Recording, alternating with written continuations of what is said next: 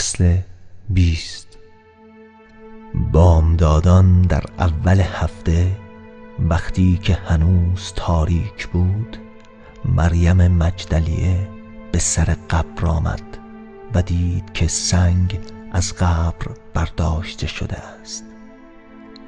پس دوان دوان نزد شمعون پطرس و آن شاگرد دیگر که عیسی او را دوست می داشت آمده به ایشان گفت: خداوند را از قبر برده اند و نمیدانیم او را کجا گذارده اند. آنگاه پطرس و آن شاگرد دیگر بیرون شده به جانب قبر رفتند و هر دو با هم می دویدند. اما آن شاگرد دیگر از پطرس پیش افتاده اول به قبر رسید و خم شده کفن را گذاشته دید، لیکن داخل نشد. بعد شمعون پطرس نیز از عقب او آمد و داخل قبر گشته کفن را گذاشته دید و دستمالی را که بر سر او بود نه با کفن نهاده، بلکه در جای علاهده پیچیده. پس آن شاگرد دیگر که اول بر سر قبر آمده بود نیز داخل شده دید و ایمان آورد، زیرا هنوز کتاب را نفهمیده بودند که باید او از مردگان برخیزد. پس آن دو شاگرد به مکان خود برگشتند. اما مریم بیرون قبر گریان ایستاده بود و چون میگریست به سوی قبر خم شده دو فرشته را که لباس سفید در برداشتند، یکی به طرف سر و دیگری به جانب قدم، در جایی که بدن عیسی گذارده بود نشسته دید. ایشان بدو گفتند: ای زن، برای چه گریانی؟ بدیشان گفت: خداوند مرا برده اند و نمیدانم او را کجا گذارده اند. چون این را گفت به عقب ملتفت شده عیسی را ایستاده دید، لیکن نشناخت که عیسی است.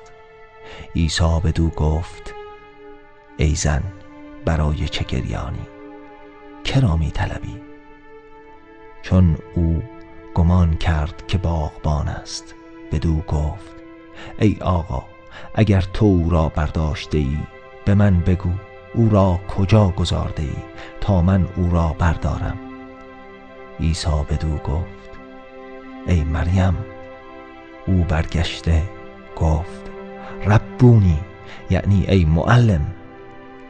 عیسی بدو گفت: مرا لمس مکن، زیرا که هنوز نزد پدر خود بالا نرفتم، ولیکن نزد برادران من رفته به ایشان بگو که نزد پدر خود و پدر شما و خدای خود و خدای شما می روم. مریم مجدلیه آمده شاگردان را خبر داد که خداوند را دیدم و به من چنین گفت. و در شام همان روز که یک شنبه بود، هنگامی که درها بسته بود، جایی که شاگردان به سبب ترس یهود جمع بودند، ناگاه عیسی آمده در میان ایستاد و به دیشان گفت: سلام بر شما باد. و چون این را گفت دستها و پهلوی خود را به ایشان نشان داد و شاگردان چون خداوند را دیدند شاد گشتند. باز عیسی به دیشان گفت: سلام بر شما باد. چنان که پدر مرا فرستاد من نیز شما را می فرستم.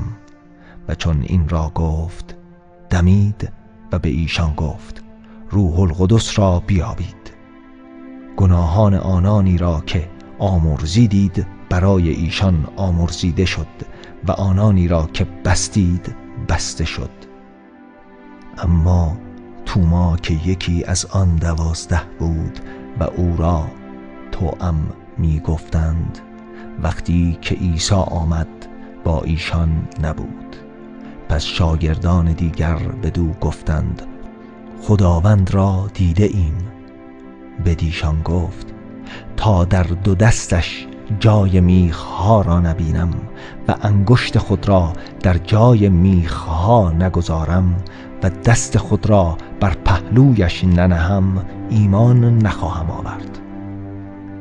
و بعد از 8 روز باز شاگردان با توما در خانه ای جمع بودند و درها بسته بود که ناگاه عیسی آمد و در میان ایستاده گفت: سلام بر شما باد.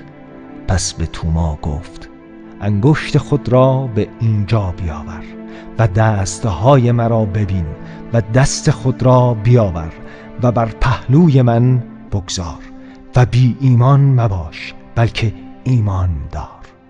توما در جواب وی گفت: ای خداوند من و ای خدای من. عیسی گفت: ای توما، بعد از دیدنم ایمان آوردی؟ خوشا به حال آنانی که ندیده ایمان آوردند. و عیسی معجزات دیگر بسیار نزد شاگردان نمود که در این کتاب نوشته نشد، لیکن اینقدر نوشته شد تا ایمان آورید که عیسی مسیح و پسر خداست و تا ایمان آورده به اسم او حیات یابید.